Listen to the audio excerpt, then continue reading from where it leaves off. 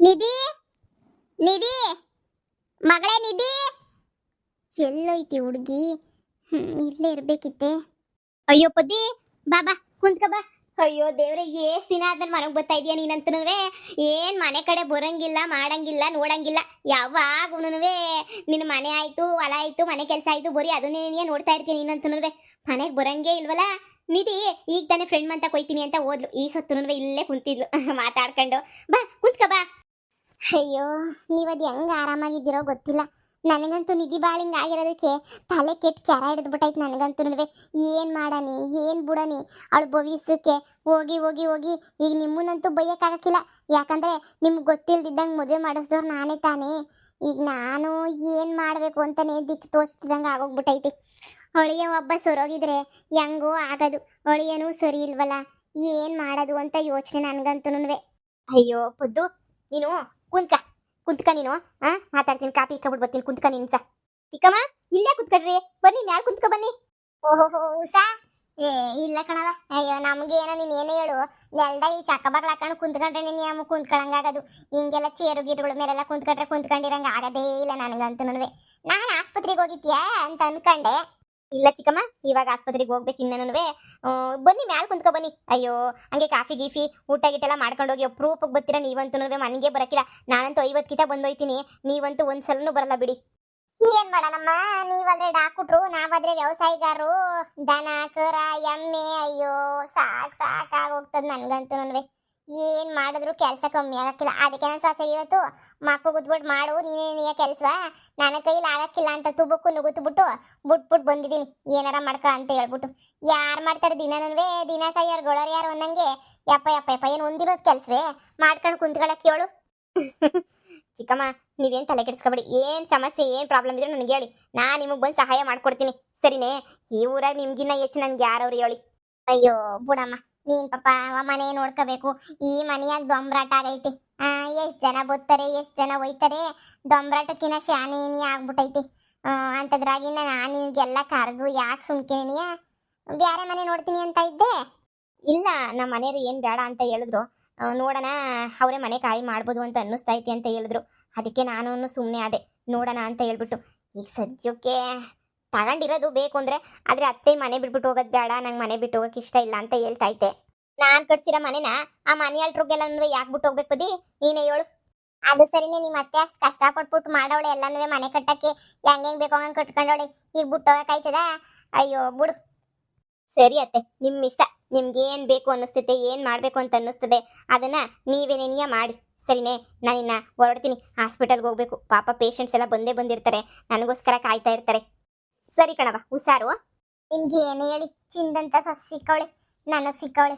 ತಗೊಡ್ಕೊಬ್ನ 8 ಗಂಟೆ ಆದ್ರೂ ಮನೆ ಕಣ್ಣು ನನ್ನ ಪ್ರಾಣ ತೆಗಿತಾಳೆ. ನಾನಂತೂ ಇನ್ನು ಬಿಡಕ್ಕಿಲ್ಲ. ಒಡೆದು ಸರ್ ಮಾಡ್ಕೊಂಡು ಸಿ ಬೊಗ್ಗಿಸ್ಬೇಕು. ಇಲ್ಲ ಅಂತಂದ್ರೆ ಭಾಳ ಕಷ್ಟ ಆಯ್ತದೆ. ಸೊಸೆನೇ ಇದ್ರ ಪುಣ್ಯ ಮಾಡಿದ್ದೀನಿ. ನನ್ನ ಗಂಡ ಹಂಗೇನೇನಿಯ ಇನ್ನ ನನ್ನ ಒಳಿಯ ಇವಾಗ. ಅಯ್ಯೋ ಇವ್ರದೇ ತಲೆನೋವು, ಈ ಗಂಡಸ್ರದೇ ತಲೆನೋವು. ನನ್ನ ಮಗನು ಹೆಂಗ ಸೊರೋಗ್ಬಿಟ್ಟು ಒಳ್ಳೆನಾಗವನಿ, ಸಂದಾಗ ದುಡಿತಾವನಿ. ಈ ನನ್ನ ಗಂಡ ನಮ್ಮ ಮುನಿಸ್ಕೊಂಡು ಹೋಯ್ತಾನೆ ಅಂದರೆ ಈಗ ಯಪ್ಪಂದು ಏನು ನಡೀತಾ ಇಲ್ವಲ್ಲ, ಅದಕ್ಕೋಸಿ ವಾಪಸ್ ಶಾನೆ ಹೋಗಿ ಹಳೆ ಮಂತಾಗ ಬಿದ್ದವನಿ.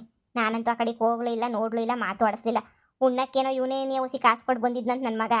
ಏನೋ ಹೋಟ್ಲು ಪಟ್ಲಕ್ಕೆ ತಿನ್ಕೊಂಡವ್ರಿ, ಮಂತಕ್ಕೂ ಬರಲಿಲ್ಲ. ಅಯ್ಯೋ ಈ ಗಂಡಸ್ರು ಬುದ್ಧಿ ಹಂಗೆ ಬಿಡಿ. ಗಂಡಸ್ರ ಬಗ್ಗೆ ತಲೆ ಕೆಡಿಸ್ಕೊಂಡು ಕುಂತ್ಕೊಂಡ್ರೆ ಆಯ್ತದ? ಏನನ ಮಾಡಿ ನಿಧಿ ಗಂಡನ್ನ ಸೋರ್ ಮಾಡಬೇಕು. ಆ ನನ್ನ ಮಗ ಯಾಕೋ ಸೋರೋಗಂಗೆ ಕಾಣೆ. ಆ ಮಮ್ತಿ ಅಳಿಯನ ಜೊತೆ ಸೇರ್ಕೊಂಡು ಯಾಕೆ ಕೊಟ್ಟು ಹೋಗ್ಬಿಟ್ಟವ್ನಿ ಅಂದರೆ ಯಾಕೆ ಹೇಳ್ತೀರ? ನಾನೇ ಫೋನ್ ಮಾಡಿದ್ರು ಕಟ್ ಮಾಡ್ತಾನೆ ಫೋನ್ನ. ಏನು ಮಾಡೋದೋ ಏನು ಕತೆಯೋ. ಈಗ ನಮ್ಮ ಅಮ್ಮ ಎಲ್ರಿಗೂ ಒಂದೇ ಗೋಳು, ಎಂತ ಇದಾಗೋಗ್ಬಿಡ್ತಲ್ಲ. ನೀ ಸುಮ್ಮನೆ ನಿಧಿ ಭಾಳ ಹಾಳು ಮಾಡಿಬಿಟ್ಟೆ ಕೊಟ್ಬಿಟ್ಟು ಅಂತ ಹೇಳ್ತಾರೆ. ನನಗೂ ನನ್ನ ಮದುವೆ ಮಾಡಬಾರ್ದಾಗಿತ್ತೇನೋ ಅಂತ ಅನ್ನಿಸ್ತವತ್ತು. ಆ ಪರಿಸ್ಥಿತಿನಾಗ ಏನು ಮಾಡಬೇಕು ನನಗೆ ಅರ್ಥ ಆಗಲಿಲ್ಲ, ಮಾಡಿಬಿಟ್ಟೆ. ಈಗ ನನಗೆ ತಲೆ ಕೆಡ್ತೈತೆ ನೋಡಿ. ಒಂದ್ಕಿತ ನಾನು ಮಾತಾಡ್ತೀನಿ ಇರು. ಏನೋ ಮಾಡ್ಬಿಟ್ಟು ಮಾತಾಡಿ ಅಳಿಯಂತಾಗ ಮಾತಾಡಿ ಎಂದು ಮನೆಗೆ ಬಂದಿಲ್ಲ ಕಣಮ್ಮ.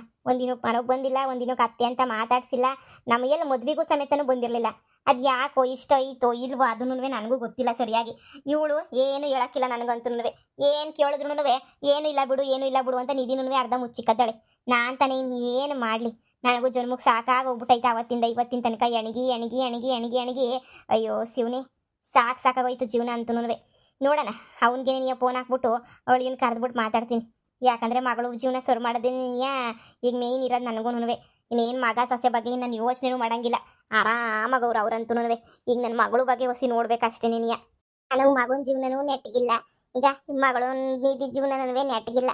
ನನಗೆ ಏನು ಮಾಡೋದು, ನನಗಂತೂ ದಿಕ್ಕೇ ತೋಚ್ದಂಗೆ ಆಗೋಗ್ಬಿಟ್ಟೈತೆ. ಇಷ್ಟು ದಿನ ಸುಮ್ಕಿದ್ದೆ, ಅಯ್ಯೋ ನೆನ್ನೆಯಿಂದ ಜ್ಞಾನೋದಯ ಆಗೋಗ್ಬಿಟ್ಟೈತೆ. ಏನಾರ ಮಾಡ್ಸೋರು ಮಾಡಬೇಕು. ಇಷ್ಟೆಲ್ಲ ಮಾಡಿರೋದು ಮಕ್ಳಿಗೋಸ್ಕರನೇನೆ. ಎಂತೆಂಥವ್ರನ್ನೋ ಕಟ್ಕೊಬಿಟ್ಟಿವಿ, ಅಣಗಿದ್ರೆ ನಮ್ಮ ಕೈಲಿ ನೋಡೋಕ್ಕಾಯ್ತದ? ಅದೊಂದು ಸರ್ ಮಾಡಿಬಿಟ್ಟು ನೆಮ್ಮದಿ ಇರೋಣ ಅಂತ ಅನ್ನಿಸ್ತೈತೆ. ನೋಡೋಣ, ಏನೋ ಒಂದು ಮಾಡೋಣ. ಅದಕ್ಕೆ ಹಂಗೆ ಹುಡ್ಕೊಂಡು ಬಂದೆ, ನಿಧಿತಾಗ ಮಾತಾಡ್ಬಿಟ್ಟು ಒಂದು ಮೆಟ್ಲು ಇವಳೆ ಇಳಿದ್ರು ಪರವಾಗಿಲ್ಲ, ತೆಪ್ಪಾಯ್ತು ಅಂತ ಕೇಳಿಸೋದು, ಇಲ್ಲ ಒಳಿಯಂಗೆ ಏನಾರ ಹೊಸಿ ಬಿಸ್ನೆಸ್ ಏನಾರ ಹಾಕ್ಕೊಟ್ಬಿಟ್ಟು ಒಳ್ಳಿಗೆ ಕರ್ಸೋದು, ಏನಾರ ಒಂದು ಮಾಡೋಣ ಅಂತ ಅಂದ್ಕೊಂಡಿವ್ನಿ. ಅಲ್ಲ, ಅವ್ನು ಏನಾರ ಮಾಡ್ತೀನಿ ಅಂತ ಹೇಳಿದ್ರೆ ಕಾಸು ಕೊಡಕ್ಕೆ ನಾನು ಹಿಂದೆ ಮುಂದೆ ನೋಡೋಕ್ಕಿಲ್ಲ. ಅವ್ನು ಏನು ಮಾಡ್ತಾನೋ ಮಾಡಲಿ, ಅದು ಕಾಸು ನಾನು ಕೊಡ್ತೀನಿ, ಬಿಸ್ನೆಸ್ ಮಾಡ್ತೀನಿ ಅಂತ ಹೇಳಿದ್ರೆ ಏನಂತೆ? ಹಂಗಿದ್ರು ನನ್ನ ಮಗಂಗೂ ಭಾಳ ಇಷ್ಟ. ಅಯ್ಯೋ ನಿಧಿ ಜೀವನ ಚೆನ್ನಾಗಿರ್ಬೇಕು ಅನ್ನೋದೇ ಅವ್ನು ಇಷ್ಟ ಶಾಣೆ. ಅದಕ್ಕೆ ಅವ್ನಿಗೆ ಹೇಳ್ಬಿಟ್ಟು ಏನಾರ ಒಂದು ಬಿಸ್ನೆಸ್ ಹಾಕ್ಕೊಡ್ತೀನಿ, ನೋಡೋಣ. ಬೇಕಾದ್ರೆ ಅದೇ ಏನಾರ ಕಷ್ಟಗಿಷ್ಟ ಅಂದರೆ ನೋಡೋದು. ಇವಾಗ ಅದೇನೋ ಮನೆ ಬೇರೆ ಅಡ ಇಕ್ಬಿಟ್ಟು ಏನೋ ಇದಾಗೈತಂತೆ, 2.5 ಲಕ್ಷ ಬೇಕಂತೆ. ಅದನ್ನು ಬಿಡ್ಸೋದ ಮಾಡೋದ, ಏನೋ ಒಂದು ಯೋಚನೆ ಮಾಡೋಣ. ಅವನ ಬಗ್ಗೆ ನಾನು ಯೋಚನೆ ಮಾಡಿದ್ದೀನಿ ಹೊಸಿ. ಅದೇ ಫೋನ್ ಎದುತ್ತಿಲ್ಲ, ಗೊತ್ತಿಲ್ಲ ಊರಿಗೆ ಬಂದ್ರೂ ಇವಳೇನಂತಾಳೆ ನಿಧಿ, ಅಯ್ಯೋ ಅವ್ನು ಸೊರೋಗಕ್ಕಿಲ್ಲ, ಸುಮ್ಕಿರೋ ಅಮ್ಮ, ಅವ್ನು ಸೊರೋ, ನೀನು ಎಷ್ಟು ದುಡ್ಡು ಕೊಟ್ಟರು ನುಂಗೆ ನೀರು ಕುಡಿದು ಬಿಡ್ತಾನೆ, ಮನಸ್ಸಿಂದ ಬರ್ಬೇಕು, ಅವನು ಸರಿ ಇಲ್ಲ, ಅವನು ಸುಮ್ಕಿರು, ಹಂಗೆ ಹಿಂಗೆ ಅಂತ ಹೇಳ್ಬಿಟ್ಟು ಇಷ್ಟುದ್ದ ಹೇಳ್ತಾನೆ. ಅದಕ್ಕೆ ನಾನು ಇನ್ನೇನು ಮಾಡಲಿ? ಇವಳು ನಿಧಿ, ನಾನು ಓದಕ್ಕೆ ಹೋಯ್ತೀನಿ, ನಾನು ಇರೋಕ್ಕಿಲ್ಲ, ನಾನಿಲ್ಲಿ ನಾನು ಹೋಯ್ತೀನಿ, ಓದಕ್ಕೆ ಹೋಯ್ತೀನಿ, ಹಂಗೆ ಹಿಂಗೆ ಅಂತ ಅವಳು ಇಷ್ಟುದ್ದ ಮಾತಾಡ್ತಾಳೆ. ಅಯ್ಯೋ ನಾನು ಯಾರ ಕಡೆ ಮಾತಾಡ್ಸಾಯೇನು? ನಾನು ಹಂಗೆ ಅನ್ಕೊಂಡಿದ್ದೀನಿ. ನೋಡಿ, ಏನಾರ ಬಂದರೆ ಬೇಕಾದ್ರೆ ನಾನು ಕಾಸು ಕೊಡ್ತೀನಿ, ಅವ್ನು ಏನಾರ ಬಿಸ್ನೆಸ್ ಮಾಡ್ಕೊಡ್ತೀನಿ ಅಂದರೆ ಮನೆಗಿನೇ ಬಿಡಿಸ್ಕೊಡಕ್ಕೆ ಸುಮ್ಮನ ಹತ್ರ ಮಾತಾಡೋಣ ಅಂತ ಅನ್ಕೋತಾ ಇದ್ದೆ. ಆದರೆ ಸುಮ್ಮಂಗೆ ದುರಂಕಾರ ಶಾನೆ ನನ್ನ ಆದ್ನಿಗೆ ಹೊಸಿ ಇಳಿಲಿ ಅಂತಲೇ ಸುಮ್ಕಿವ್ನಿ. ಬೇಡ, ಎಲ್ಲರೂ ಹೇಳ್ತಾರೆ ಸಹಾಯ ಮಾಡಬೇಡ, ಸುಮ್ಕಿರು, ಕಷ್ಟ ಗೊತ್ತಾಗಲಿ ಅಂತ. ಅದಕ್ಕೆ ನಾನು ಸಾಕತ್ತಂಬರೆ ಮಾಡೋಕ್ಕೆ ಹೋಗೋಕ್ಕಿಲ್ಲ ಸಹಾಯ. ಮೈ ಬಗ್ಸ್ ಮಾಡಲಿ, ಅವ್ರಿಗೂ ಗೊತ್ತಾಯ್ತದೆ. ನೋಡ್ಬೋದು, ನಮ್ಮ ಮಗಳು ನಿಧಿಗೆ ಏನು ಜೀವನ ಏನು ಹಾಳಾಗೋಗಿಲ್ಲ, ಏನು ಬೀದಿಗೆ ಬರೋಕ್ಕಿಲ್ಲ. ನಮ್ಮ ಮಗಳು ಜೀವನ ಸಂದಕ್ಕೇನೆ ಇರ್ತದೆ. ಯಾಕೆ ಹೇಳು? ಹೆಂಗಿದ್ರು ನಿಮ್ಮನೆ ನಮ್ಮನೆ ಎರಡೈತೆ, ಆರಾಮಾಗಿ ಅವಳಿಗೆ ಅಂತ ಅರ್ಧ ಆಸ್ತಿನೂ ಬರ್ಕೊಟ್ಬಿಟ್ಟಿವ್ನಿ.